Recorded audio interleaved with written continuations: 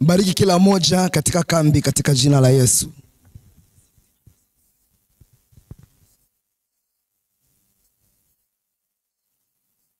Gusa vijana, gusa watu wazima katika jina la Yesu.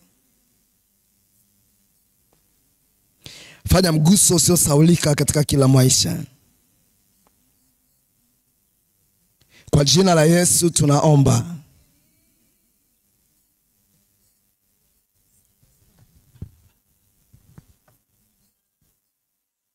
Tunasoma Isaya sura ya 40 mstari wa 28.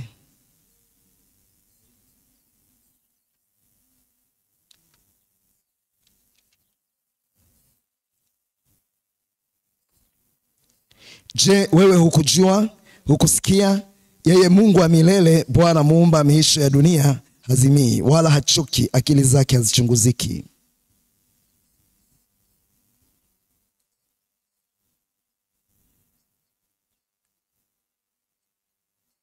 Hakuna uwezo wa kuchunguza akili za Mungu.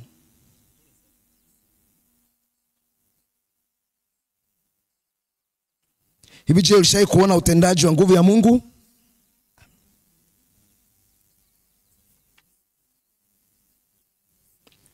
Ya kwamba pasipokuwa na kitu aliweza kuumba kila kitu.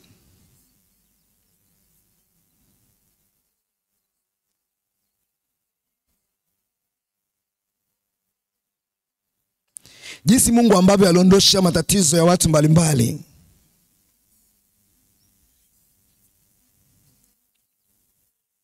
Je, wewe hukujua, hukusikia? Yeye Mungu wa milele, Bwana muumba miisho ya dunia, hazimii.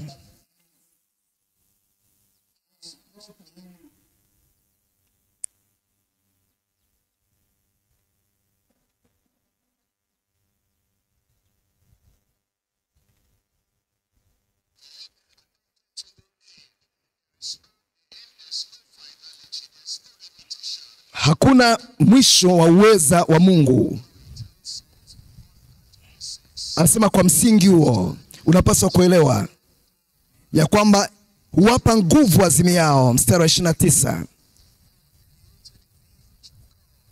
Watu walioumbwa kwa sura ya Mungu, kama wangalidumu katika ile sura ya Mungu, wasingeweza kuwa ni watu wa kuzimia. Kama tungeweza kudumu katika ile sura ya Mungu ambayo ilipandwa ndani mwetu tulipoumbwa, tusingeweza kuwa ni watu wa kuzimia.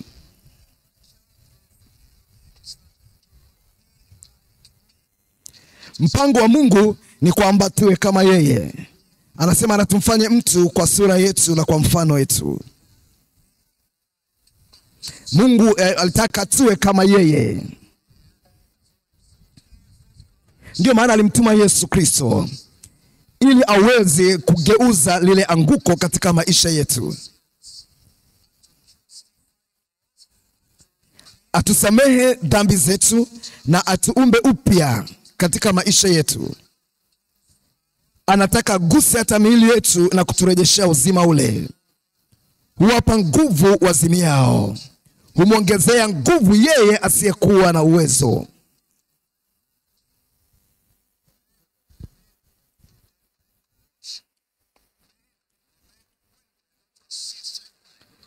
Wanaume na wanawake wanaposaidiwa na Mungu,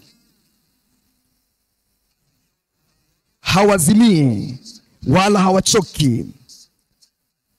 Lakini vijana wasio na usaidizi wa Mungu, wanaume kwa wanawake, wanazimia. Anasema hata vijana watazimia na pia wanachoka. Anasema hata vijana watazimia na kuchoka. Lakini anasema bali wao wamngojeao Bwana. Hapa anazungumza habari zako wewe. Tunapomngojea Bwana, ule uwezo tuliopoteza katika Adamu, ule ufahamu tuliopoteza wakati Adamu alipokuwa ameanguka,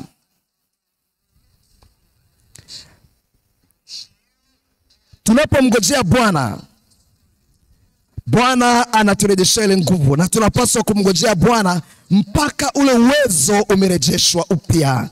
Anasema bali wao wamngojeao Bwana watapata nguvu mpya.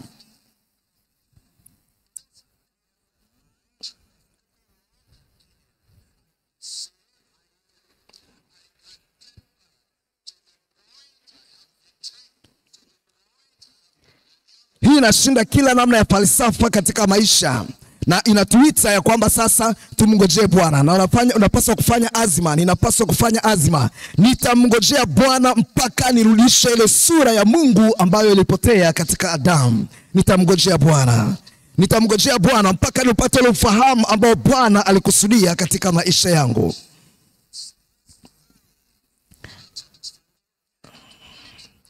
Wale waliona ufahamu huo wa asili yao na jinsi Mungu alivyowaumba, hao wao wamngojeao Bwana wakiwa na akili ile na ufahamu ule, watapata nguvu mpya, watapanda juu kwa mbawa kama tai, watapiga mbio wala hawatachoka, watakwenda kwa miguu wala hawatazimia. Ndio maana asubuhi ya leo tunaangalia somo kuingojea nguvu yake ya ufufuo. Kuingoja nguvu ya ufufuo wake.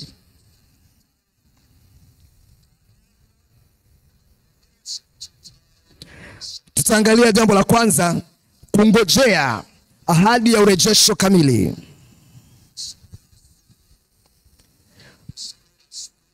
Bwana anataka kurejesha nafsi zetu, roho zetu, kurejesha ufahamu wetu, utambuzi wetu, kurejesha maono yetu, kurejesha kila kitu ambacho tumekipoteza. Kungojea kwa ajili ya ahadi ya urejesho kamili.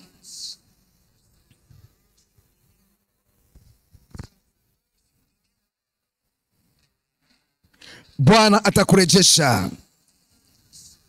Atarejesha nafsi yako, atarejesha roho yako.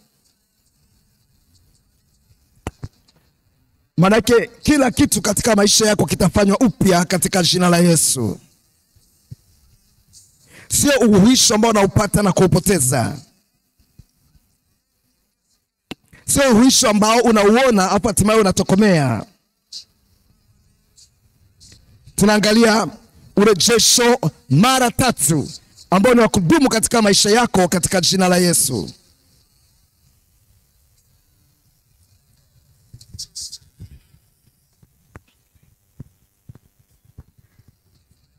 Kuitumainia nguvu ya uamsho kamili. Tutaangalia mambo matatu. Jambo la kwanza,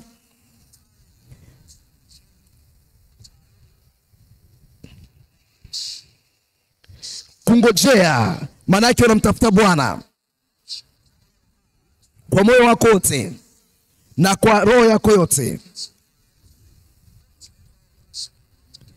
Lolote ambalo wengine wanapata ama hawapati, mimi nitapata urejesho kamili. Kwa hiyo tuna jambo la kwanza, kungojea kwa ajili ya ahadi ya urejesho kamili. Kungojea kwa ajili ya ahadi ya urejesho kamili. Kungoja ni kutarajia, ni kusubiri katika uwepo wa Bwana.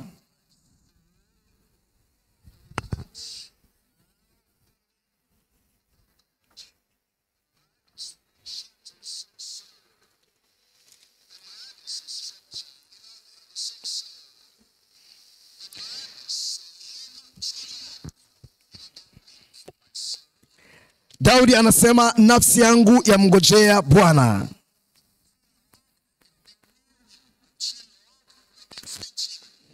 Ijapokuwa umekuwa ukizimia, ijapokuwa umekuwa ukichoka, nafsi yangu uinuke na kuweza kuwa hodari.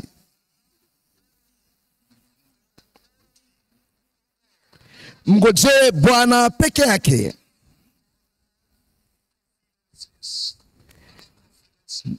Maeneo mengine yote ambayo tunajiaminisha kwayo,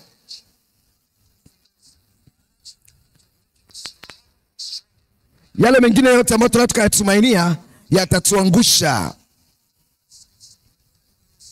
Lakini tunapaswa kuwa hodari katika nguvu za Bwana peke yake. Umekuwa kidhani ya kwamba pengine kwa kufanya hili ama lile nitakuwa hodari. Lakini Daudi anasema, sasa nafsi yangu rejea kwa muumbaji wa mbingu na dunia. Nafsi yangu yamngojea Bwana peke yake. Tumaini langu toka kwake. Tumaini langu toka kwake. Je, unao matarajio leo? Bwana atayatimiza matarajio yako.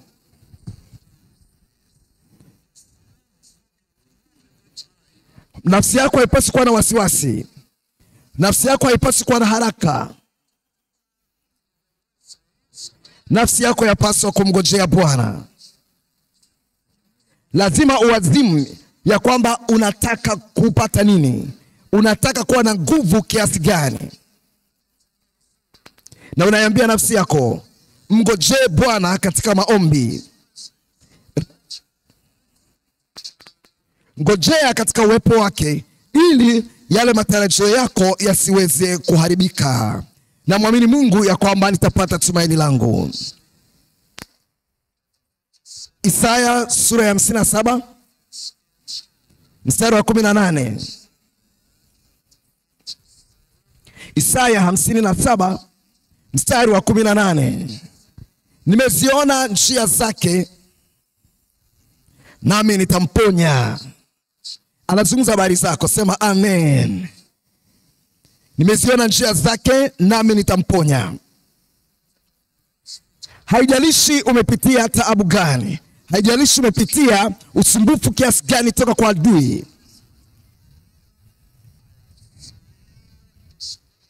haijalishi umepitia changamoto gani, nimeziona njia zake, ya kwamba ametubu. Nimeziona njia zake, ya kwamba ameachana na miungu mingine yote na sanamu nyingine zote.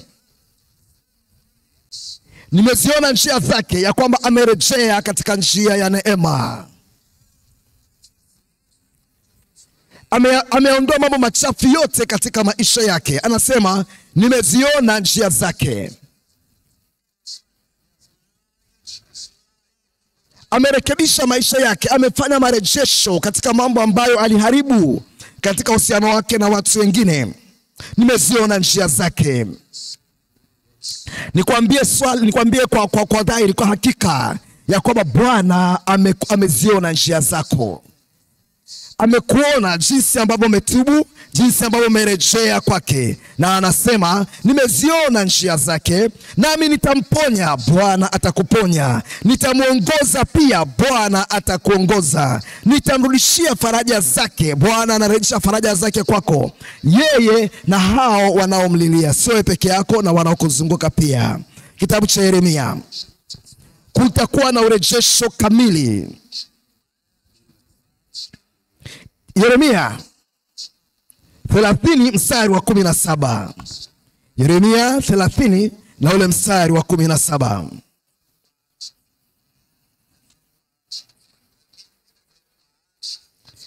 Mstari wa 17.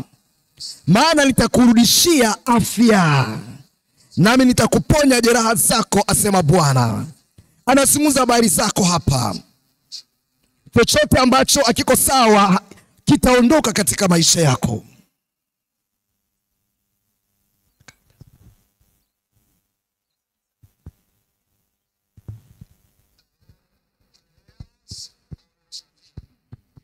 Nami nitakurudishia afya, nami nitakuponya jeraha zako, asema Bwana.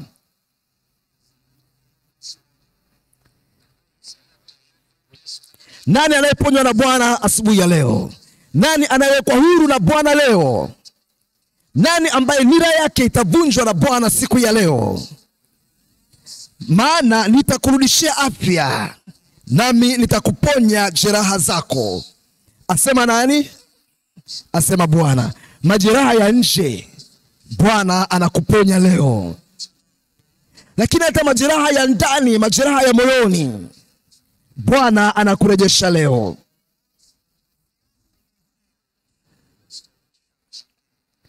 Yale ambayo hayako sawa, Bwana atayajaza. Pale ambapo umechanganyikiwa ujui kwamba utaipataje afya yako, leo kuna uponyaji na kuna afya, kuna ukombozi kwa ajili yako. Anasema, nami nitakuponya jeraha zako, asema Bwana, kwa sababu wamekuita mwenye kutupwa, wakisema ni Sayuni ambao hapana mtu autakaye. Lakini namshukuru Mungu ya kwamba urejesho umekuja. Umekuja kwako. Nasema urejesho umekuja kwako. Usiangalie huku na kule, nani anayepata urejesho? Ni wewe. Na urejesho unakuja si siku nyingine, unakuja leo. Yohana sura ya 2. Yoeli sura ya 2 mstari wa 25. Yoeli sura ya 2 na ule mstari wa 25. Yoeli sura ya 2 na ule mstari wa 25. Nami nitawarudishia hiyo miaka iliyoliwa na nzige na parare na madumadu na tunutu.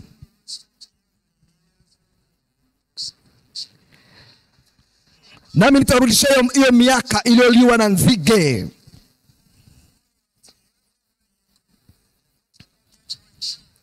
Kuna watu na kuna mazingira ambayo hayajakupa nafasi ya kufurahia na kuyafaidi maisha kwa muda mrefu, na umepata hasara hii na hasara ile. Adui anafuatilia maisha yako.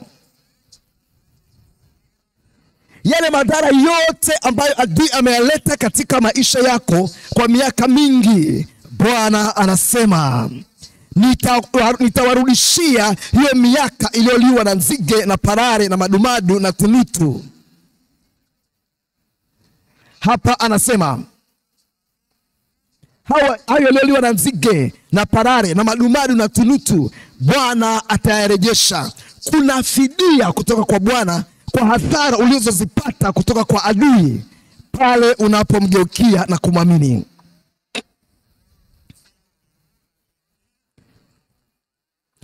Uliyekuwa unajisikia mpweke na unasema ni miaka mingi mimi niko mpweke, Bwana atakupa mwenza. Anasema nanyi mtakula, mstari wa 26, chakula tele na kushiba na kulihimidi jina la Bwana Mungu wenu aliyowatendea mambo ya ajabu, na watu wangu hawatatahayari. Mtu aseme amen. Na watu wangu hawatatahayari kamwe, kamwe. Bwana atatimiza ule urejesho mara 3 katika maisha yako. Kumngojea Bwana kwa ajili ya urejesho mara 3 katika maisha yako ni jambo la pili hilo. Ni urejesho wa mwili, nafsi na roho. Unajua ikiwa moyo wako unazimia, nafsi yako pia itaathirika. Na nafsi yako ikiathirika, hatimaye mwili wako utaathirika pia.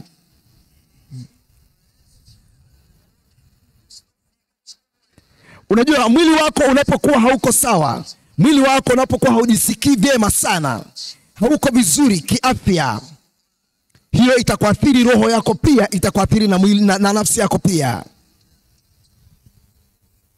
Haya yote yanahusiana. Matatu haya yanahusiana. Kama eneo lolote katika maisha yako limekuwa dhaifu, basi linaathiri na maeneo mengine.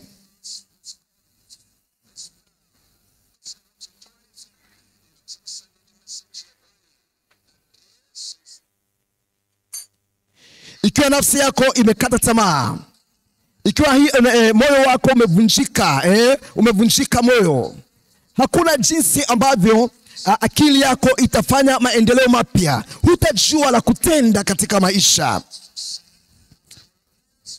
na utaona kwamba mwili wako wote utakuwa sasa ni kama umepata ganzi. Masikio hayataelewa yanachosikia, macho hayataelewa yanachokiona, kwa sababu tu umevunjika moyo, kwa sababu umekata tamaa. Kwa nini umekata tamaa namna hiyo? Kwa nini umevunjika moyo namna hiyo? Na ukikuta uko katika hali hiyo, utaona kwamba hata miguu yako inakuwa haiendi. Utakuwa na buruza miguu kwenye kila unalolitenda, kwa sababu umevunjika moyo, umekata tamaa rohoni. Lakini habari njema ni kwamba uamsho unakuja kwenye roho yako. Uamsho unakuja katika mwili wako.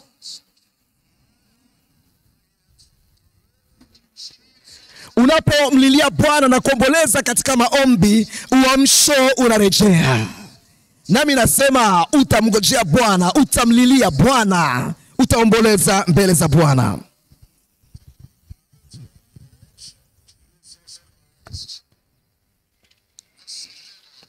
Isaya 53 mstari wa 11 anazungumza habari za Bwana wetu Yesu Kristo.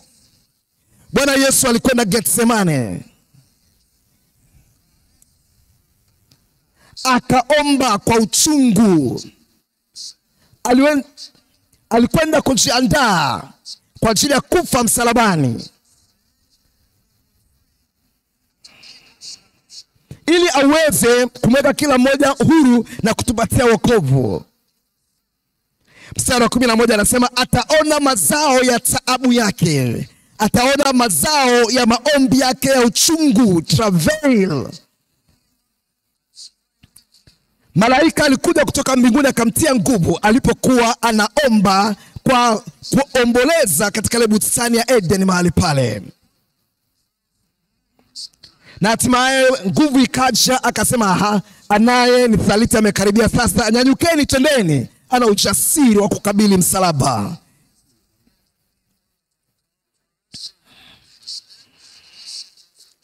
Walipokuja watu kumkamata, akasema hivi, je, mnaye mtafutani nani? Wakasema ni Yesu. Akasema mimi ndiye.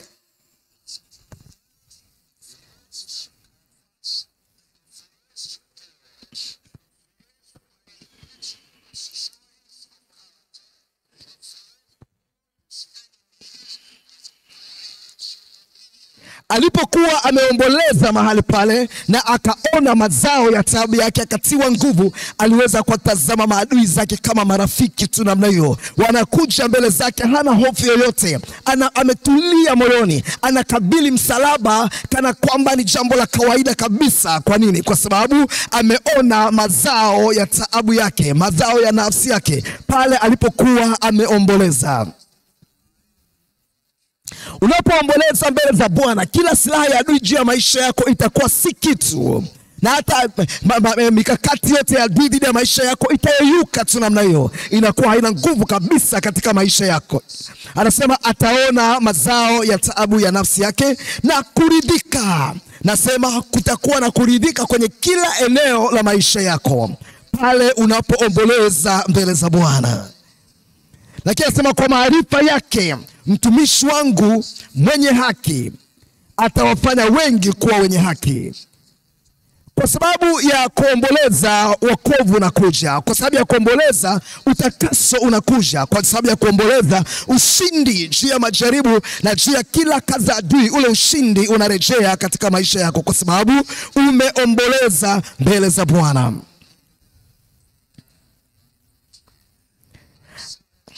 Atawafanya wengi kuwa wenye haki, naye atayachukua maovu yao.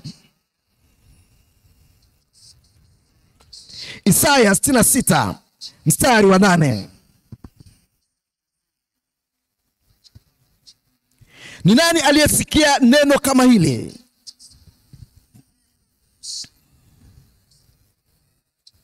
Unapoanza kutoa shuhuda, watu watasema ni nani aliyesikia neno kama hili? Watayaona matendo ya ajabu ya Bwana na ya pekee katika maisha yako.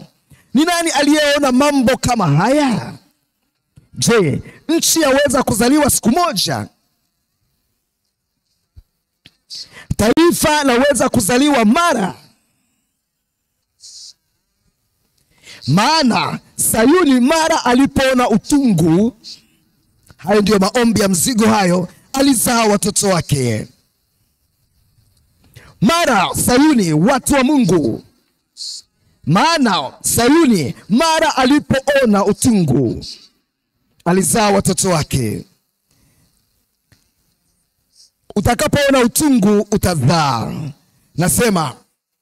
Nasema utazaa.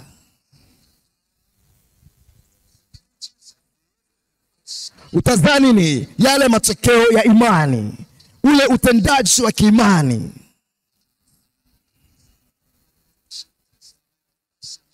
Unaweza kusema hizi ni kurasa za maandiko kwenye Agano la Kale sana.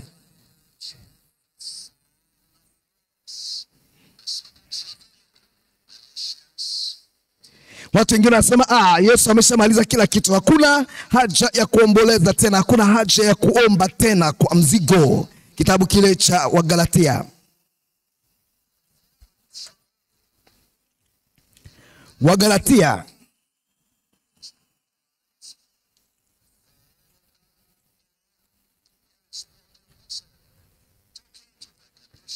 tunamwona Paulo mtume akizungumza na waamini wa Galatia.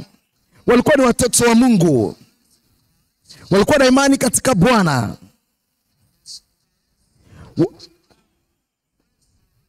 walikuwa na ujuzi wa nguvu ya ufufuo wa Yesu Kristo.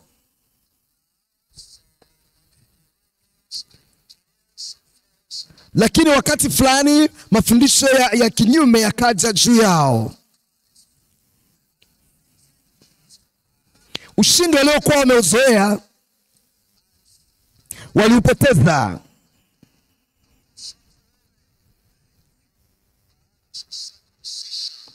Mtume akawaambia, ikiwa mtarejea katika kutegemea tohara tena, Yesu atakuwa hana manufaa yoyote katika maisha yenu.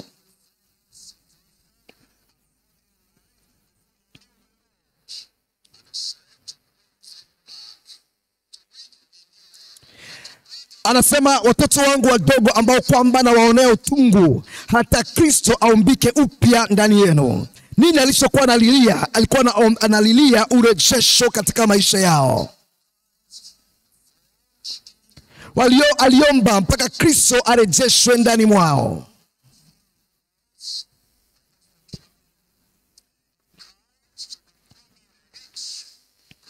Ikiwa Yesu Kristo atakuwa anatawala maisha, ikiwa Yesu atajionyesha kwamba ni mkuu katika maisha yako, lazima kuwe na kule kuomboleza katika maombi, kuwe na shauku kali ya kwamba na utaka huo urejesho, nataka jambo jipya katika maisha yangu.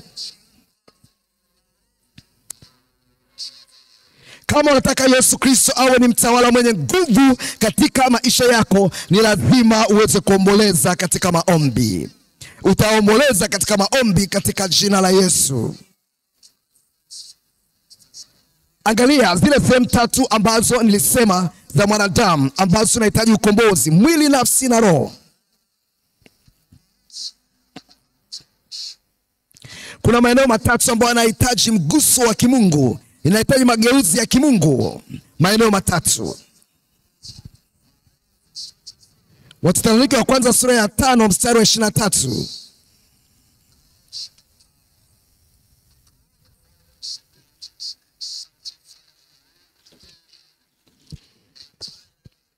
Wathesalonike wa kwanza 5:23.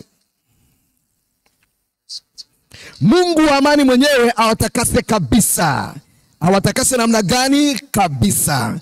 Nanyi nafsi zenu na roho zenu na miili yenu mhifadhiwe mwe kamili bila lawama wakati wa kuja kwake Bwana wetu Yesu Kristo. Mungu wa amani mwenyewe awatakase kabisa. Anataja mambo matatu pale: nanyi nafsi zenu, na jambo la pili, na roho zenu na miili yenu mhifadhiwe mwe kamili, bila dhambi, wenye nguvu, wenye mamlaka, wenye uweza, bila lawama wakati wa kuja kwake Bwana wetu Yesu Kristo. Yeye ni mwaminifu ambaye awaita, naye atafanya. Bwana atakutendea. Usafisho kamili wa nafsi yako, kuumbwa upya kwa roho yako, na uhuru kamili na afya kamili katika mwili wako. Mambo matatu. Uhuisho utakuja katika maisha yako katika jina la Yesu.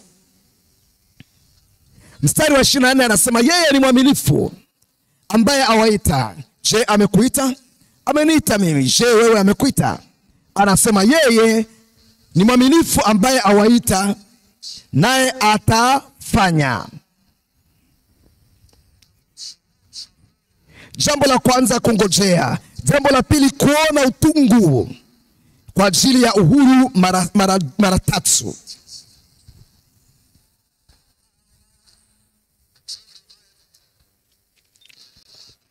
Nguvu ya uamsho. Jambo la tatu, nguvu ya uamsho. Nguvu ya uamsho itakuwa ni sehemu ya maisha yako. Zaburi ya 34.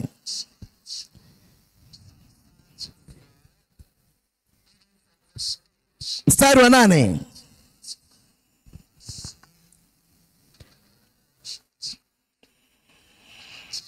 Zaburi ya 34 mstari wa 8. Onjeni muone ya kuwa Bwana ni mwema. Onjeni muone ya kuwa Bwana yu mwema. Heri mtu yule anayemtumaini. Bwana anataka uonje wokovu wake ili ujue ya kwamba yu mwema. Anataka uonje ukombozi wake na uone ya kwamba Bwana ni mwema. Anataka uonje uhuisho wake, kuumbwa upya, kutengenezwa upya, ili ujue ya kwamba yeye ni mwema. Heri mtu yule anayemtumaini. Utamtumaini. Nasema utamtumaini.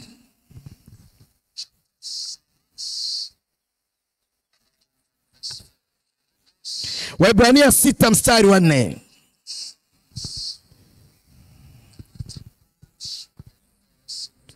Waebrania sura ya 6 sehemu ya mwisho ya mstari wa 4.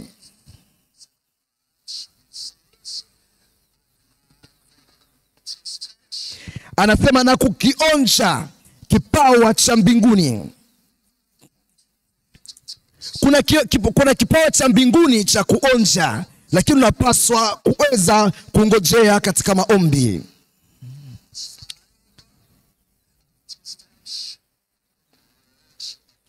Mstari wa 5 anasema na kulionja neno zuri la Mungu na nguvu za zamani zijazo. Bwana anataka uonje nguvu njema ya neno la Mungu na nguvu za zamani zijazo. Hii ndio siku yako. Kuna jambo la kuonja neema ya Mungu, wema wa Mungu, nguvu ya Mungu na nguvu za zamani zijazo. Petro wa kwanza sura ya 2 mstari wa 1. Basi wekeni mbali uovu wote na ila yote na unafiki na husuda na masingizio yote.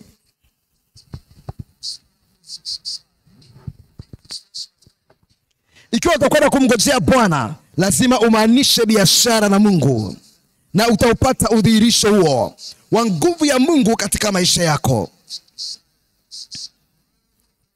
Anasema basi wekeni mbali uovu wote na hila yote na unafiki, achana na hayo. Mstari wa 2, kama watoto wachanga waliozaliwa sasa, yatamanini maziwa ya akili yasiyogoshiwa, ili upate kukulia wokovu, ili mpate kukulia wokovu. Ikiwa, mstari wa 3, ikiwa mmeonja ya kwamba Bwana ni mwenye fadhili. Bwana ni mwema. Bwana ni mwaminifu. Bwana ni mwenye fadhili. Utaonja uamsho kamili katika maisha yako hata asubuhi ya leo katika jina la Yesu.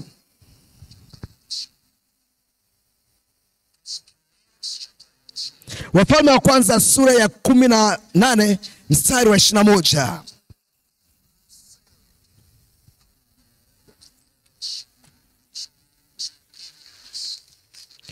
18:21.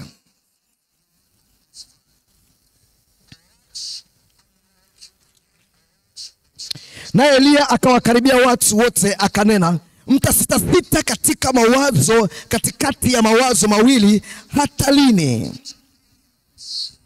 Hata lini?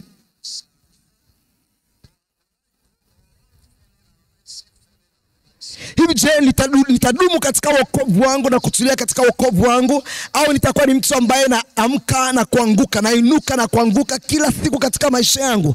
Hata lini? Natamani kupiga hatua na kusonga mbele. Je, naweza kuwa huru? Naye Eliya akawakaribia watu akanena, mtasitasita katika mawazo mawili, hata lini? Nimesikia kwamba pasipo utakatifu hakuna mtu atakayemwona Bwana. Katika maisha yangu ya sirini, katika maisha yangu ya hadharani, katika moyo wangu, katika tabia zangu, nimekuwa ni mtu ambaye najitahidi tu kuishi maisha ya Kikristo.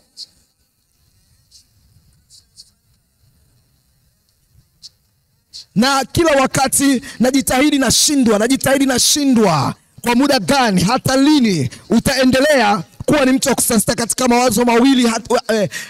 Kwa nini usitoe kikamilifu ukatakaswa na ukawa ni mshindi kikamilifu katika maisha yako? Unasasita kwenye mawazo mawili ya kwamba hivi, je, nimngojee Bwana nipate nguvu ya Roho Mtakatifu ama niendelee na shughuli zangu? Unasitasita, lakini leo utafanya azima. Itakuwa ni asubuhi ya neema ya Mungu. Itakuwa ni asubuhi ya wema wa Mungu. Itakuwa ni asubuhi ya nguvu ya Mungu katika maisha yako, katika jina la Yesu. Hakuna kusasita tena katika mawazo mawili. Hakuna haja ya kujiuliza kwamba je, yawezekana ama haiwezekani. Unakuwa na imani moja tu thabiti, lazima iwezekane. Nasema utamngojea Bwana. Nasema utamngojea Bwana, utamtarajia Bwana, na utaonja nguvu za Mungu za zamani zijazo katika jina la Yesu. Angalia mstari wa 30. Kisha Eliya akawaambia watu wote, nikaribieni mimi. Nasema mkaribie Bwana asubuhi ya leo.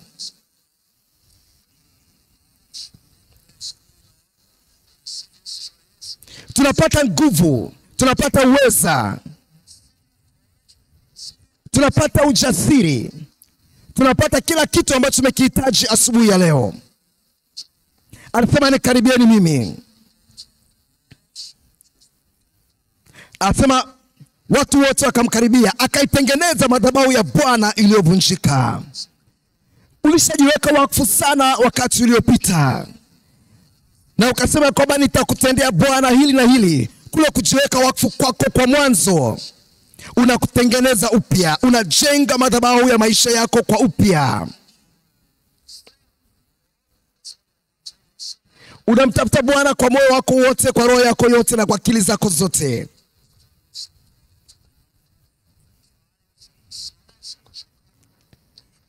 Eliya akatoa mawe 12 kwa hesabu ya kabila za wana wa Yakobo, aliyejiriwa na neno la Bwana na kuambiwa, jina lako litakuwa Israel. Jenga madhabahu katika moyo wako. Jenga madhabahu katika familia yako. Na ufanye azma. Ule muda wa kutangatanga, ule muda wa kuwa ni kijana ambaye ni mpotevu, muda wa kuwa mwana mpotevu, muda wa kuwa binti mpotevu umekoma, umekwisha. Ni wakati wa kumwabudu Bwana. Yale majira ya kuweza kufanya dhambi za sirini wakati upo ndani ya hekalu la Bwana, huo muda umepitwa na wakati. Muda huo umeisha. Ni wakati wa kujenga madhabahu.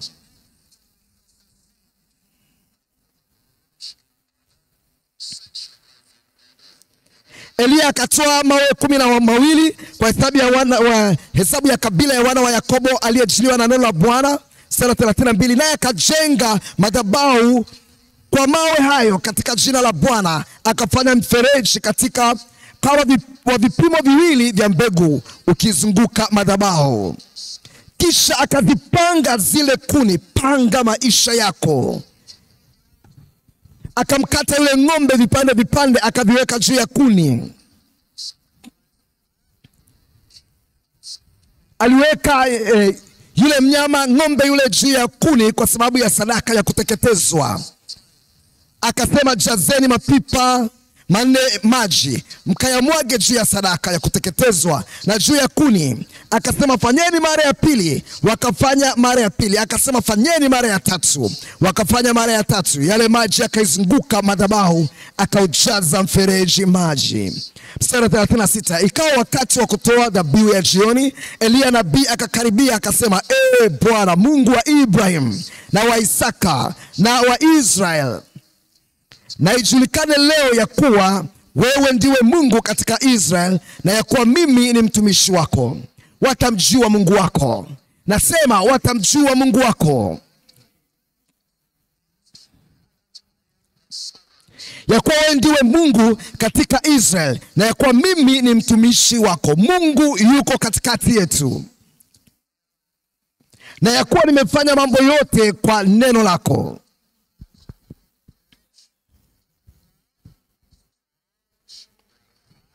Unisikie Bwana, unisikie, ili watu hawa wajue ya kuwa wewe Bwana ndiwe Mungu, na ya kuwa wewe umewageuza moyo wa kurudia. Ndipo moto wa Bwana ukashuka. Asubuhi ya leo moto wa Bwana utashuka katika maisha yako. Utashuka katika madhabahu ya moyo wako. Utashuka katika madhabahu ya familia yako. Ndipo moto wa Bwana ukashuka, ukaiteketeza sadaka ya kuteketezwa. Bwana atashuka na atawaka kama moto katika maisha yako leo katika jina la Yesu. Na kuni na mawe na mavumbi ukayaramba yale maji yaliyokuwamo katika mfereji.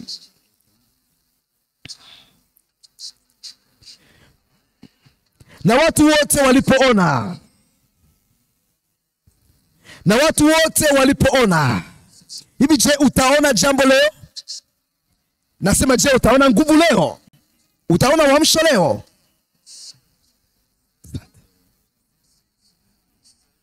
Na watu wote walipoona wakaanguka kifudifudi, wakasema, Bwana ndiye Mungu, Bwana ndiye Mungu. Leo, asubuhi ya leo, Bwana yu enzini mwake. Nguvu yake ipo. Mamlaka yake haitashindwa. Uwezo wake utaondoa kila kitu cha kinyume katika maisha yako katika jina la Yesu. Moto wa Bwana ukashuka. Watu wote walipoona wakaanguka kifudifudi, wakasema, wewe utakuwa ni mmiliki, utakuwa ni mshiriki wa hizi baraka. Bwana ndiye Mungu, Bwana ndiye Mungu. Utaona baraka za Bwana katika maisha yako. Simama pale ulipo, utoe baraka zako ambazo Bwana amekuandalia. Lakini lazima uomboleze mbele za Bwana. Lazima